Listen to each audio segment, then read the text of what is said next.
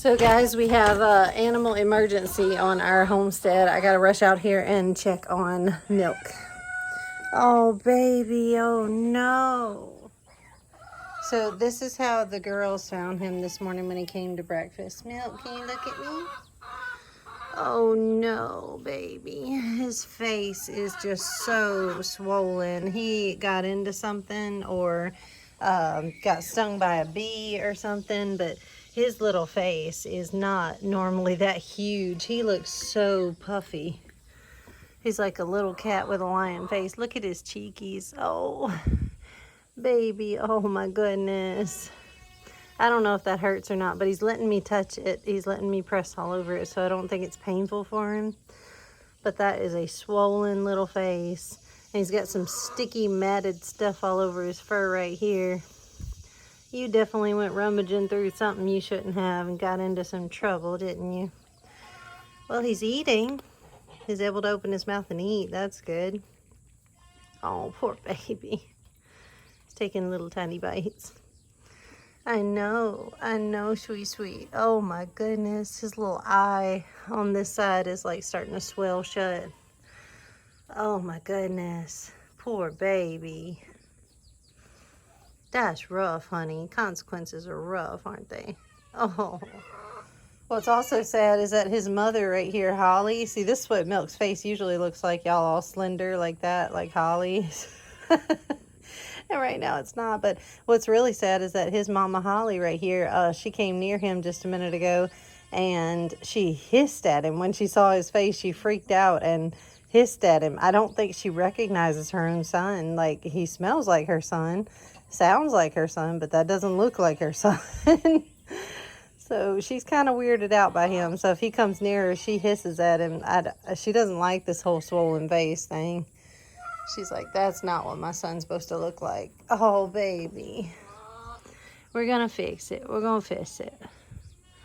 Oh, his nose is even like 3 times as wide as it normally is.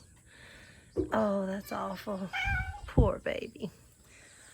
Okay, so I've shown Wes, I've alerted Wes, and he just left to go get liquid Benadryl. He looked it up and he said the cat can take Benadryl for the swelling for whatever is happening with his face. But obviously he's not going to take a pill, and we cannot, these cats are like, they may seem snuggly and they may be the most cuddly cats in the world, but these cats will fight if you try to like hold them down, give them any medicine. They will come to life on you. They have the sharpest claws and teeth, and they will fight tooth and nail to get away from you. So there is no giving this cat a pill.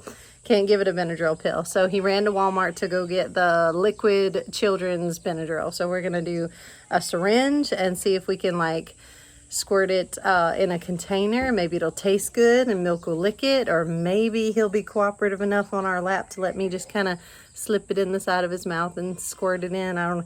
We're going to try with the liquid stuff. We're going to try, but we know a pill won't work. So he ran to Walmart to get the liquid Benadryl. Can you drink some water for me? You drink some water? Yeah, I need to refill your water anyway. Let's refill it. Let's freshen it and rinse it out. Yeah, I gotta get you some fresh water. Okay, baby. There you go. Okay, let's refill them with the fresh water. Yeah, you get some more food, but whenever you're thirsty, I need you to drink water. Yeah. Need you to try to drink some, baby. Oh. And I opened his mouth and looked in his mouth. Nothing seems to be wrong in his mouth, and he will let me open it a little and like look at his teeth and stuff. So don't think there's anything, you know, physically wrong in there. He got stung by something or got into something. And he wasn't like this last night. This is a recent thing. Holly, you thirsty, mama? Yeah.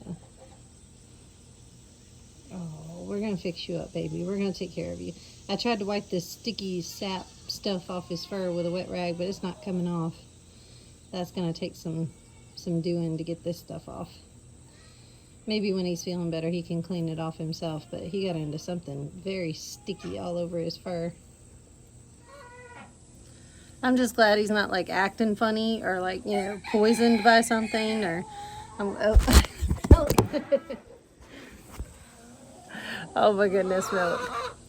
Milk, sweetie. You can't kiss the camera. You can't kiss Big Family. He's still just as snuggly as he ever was. So he's acting fine. He's breathing fine. So I don't think, you know, his life's not in jeopardy. But I am worried about all this facial swelling. That has got to be uncomfortable. Oh, poor sweet. Poor love. We're going to fix it, baby. We're going to fix it. And this is what I was talking about the other day, about how animals need us to, you know, pay attention to them, and they need us to help them when they need it, because they can't do it for themselves. He can't run to Walmart and get his own Benadryl, you know, so they need us to notice things like that. They need us to care for them. Yeah. And he trusts us. He trusts us to take care of him. He trusts us to notice that his face was all swollen and do something about it. So that's what we're going to do, baby. That's what we're going to do.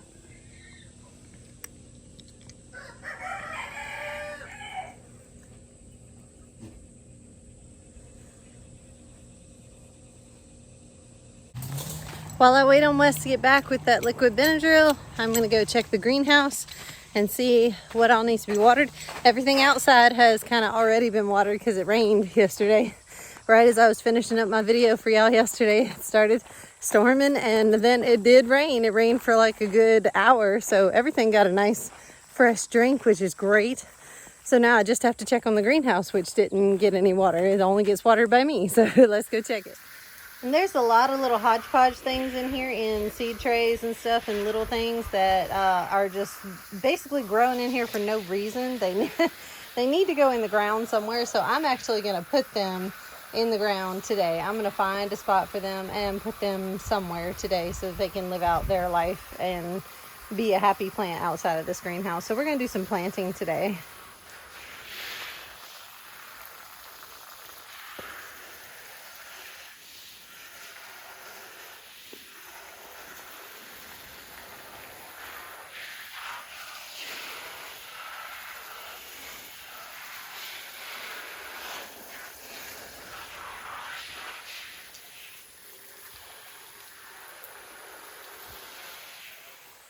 Now that the watering's done, let's get over here and finish the last little bit of that tractor job I was also doing yesterday. I've got a few little stones and metal pieces and bricks and stuff to load into the tractor to take into the back and dump them. And they're back. Hey, honey, you got it? I did. I got some Mountain Dew just for milk. Oh wait, ice. Yeah. Oh, not ice cream either? Oh, no, there's Benadryl. That's not going to help him feel better, honey. Yeah. He doesn't need Mountain Dew and ice cream. And they got back just in time, too, because I just got finished with that whole project. That whole burn pile area is now done, so that's perfect. Okay, so how do you want to do this, honey?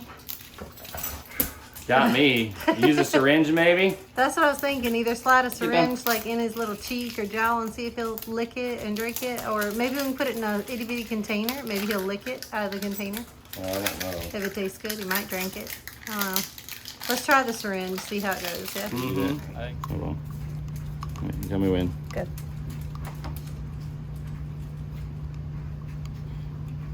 Oops, let's try that again.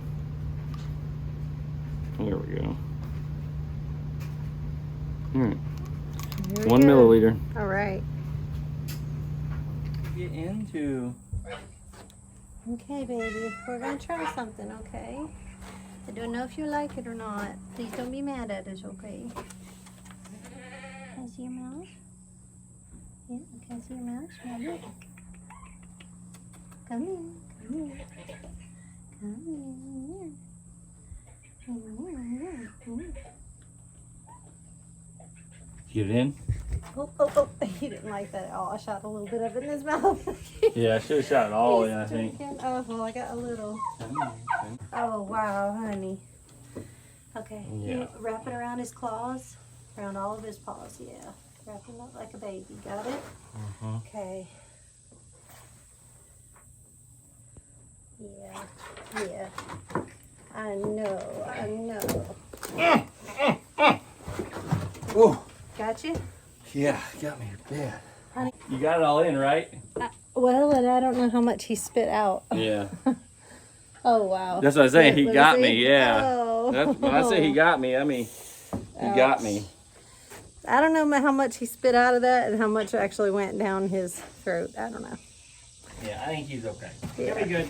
We'll watch him, and if we got to take him to the vet Monday, we will. Yeah, if he even ingested a little bit of Benadryl, it's going to help him, right? Yeah. So he's not happy at all with us anymore, but we're going to leave him alone, and we're going to monitor him as the day goes on and keep watching, you know, his face and his actions and his mood, and like make sure he's okay and still breathing, and hopefully this will go away. Hopefully the swelling will go down. Oh, that poor thing. Y'all, I just got a really good idea. I just had a good idea. I think we should do it. Yeah, let's do it.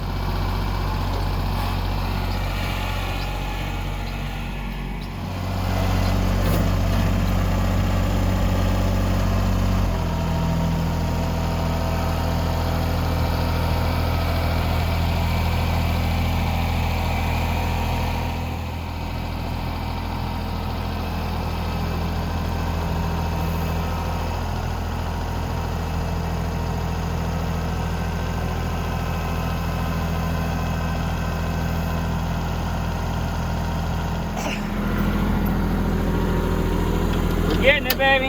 We're getting it.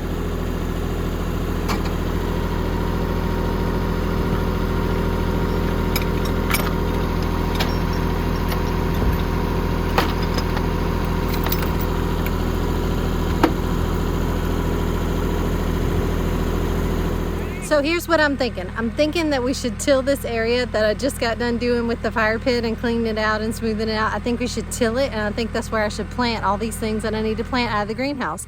I think that's where I should plant my plants. It'd be like a little flower garden. It'll be kind of like the perennial herb bed, just full and lush and full of flowers right here. And I think that rich soil with all that wood ash would be such a good garden bed. I think we should try it. Let's try it.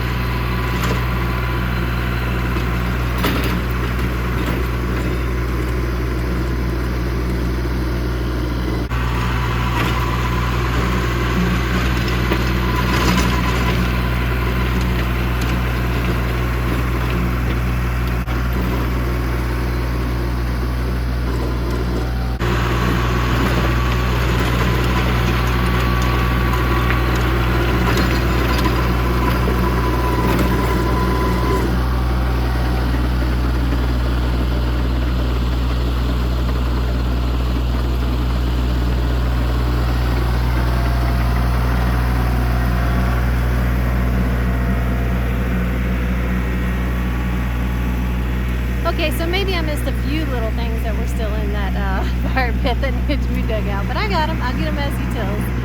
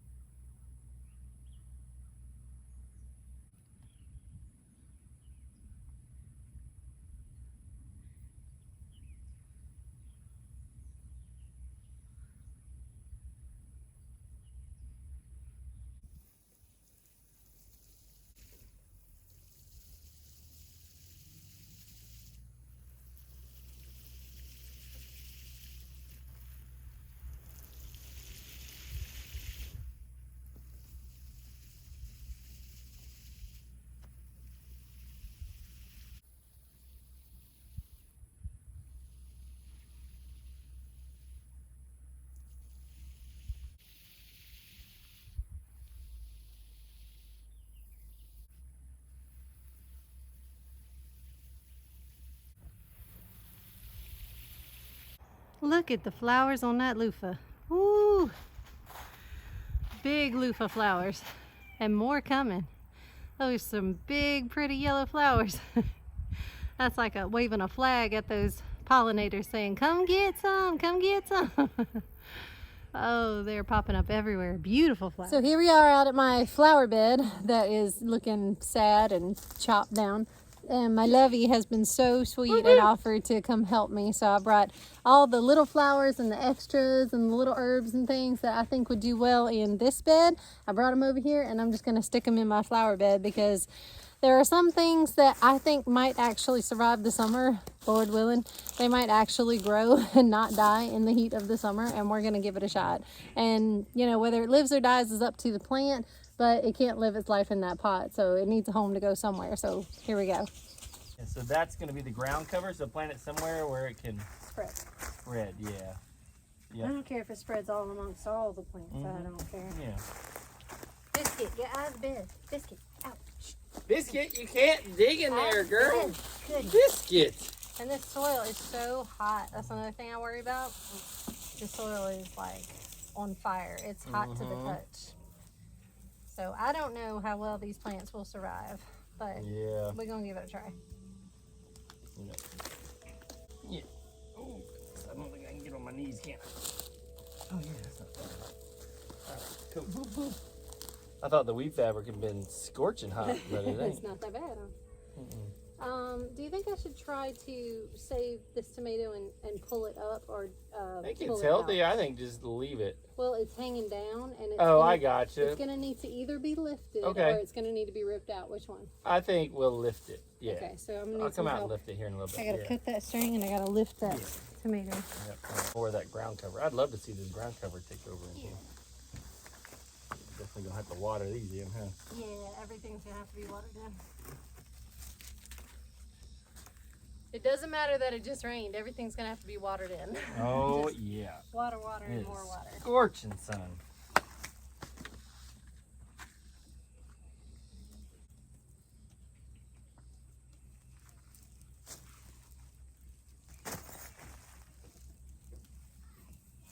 Yeah, I figured we'd had some flowers and stuff you wanted to plant in here. Stay inside, girl. It's much cooler to stay inside. Come on, go. Wes said he's going back to the greenhouse to look for more flowers to put in here. He loves flowers, probably more than I do. He loves flowers.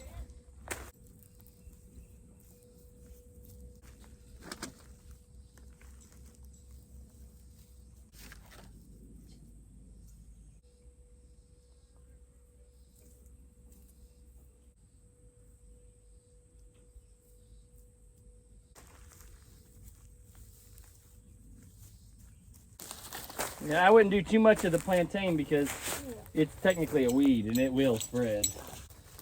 Yeah. Got these cocoa gold marigolds which will get big. So maybe back here? Yeah, back there. This, like that snapdragon has new growth coming out of it. Yeah. I got one of our heirloom mums. This coral reef mum. Plant it up here in this corner maybe. Okay, I know that doesn't look very full, but it's full of lots of little tiny plants. Lots of flowers, lots of herbs, lots of pretty things that hopefully are going to get as big and tall as those other things there in the corner. And fill out this bed again, because I'm ready for this bed to be full and lush and pretty again with flowers and herbs that hopefully can withstand the heat. It will be. It's going to look great. Yeah, I hope so. From your lips to God's ears, huh? Ooh, y'all. I was overturning the water on, and this watermelon struck my eye. It looked like it was about ready. The vine it was on was actually starting to die off, so the whole vine was. So I think this one is ready. As ready as it's gonna get anyway.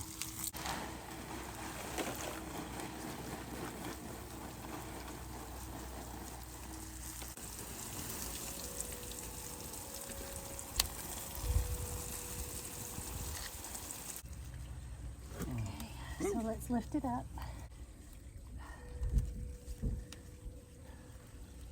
No blooms on it because it's so hot, I think. Right. But if it lives till the fall, I think it'll. Right, that's the thing. Trying to get it to live to the fall.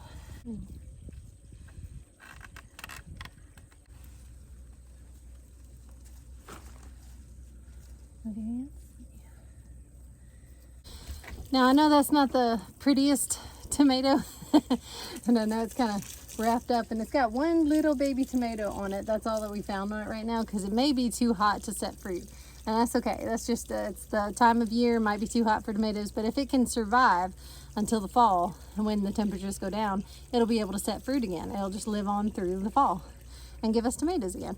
So that's the plan. That's the idea, to just help it to just stay alive and grow foliage and flesh out, and hopefully not get disease too bad, and hopefully survive the summer. At this point, it's all about survival.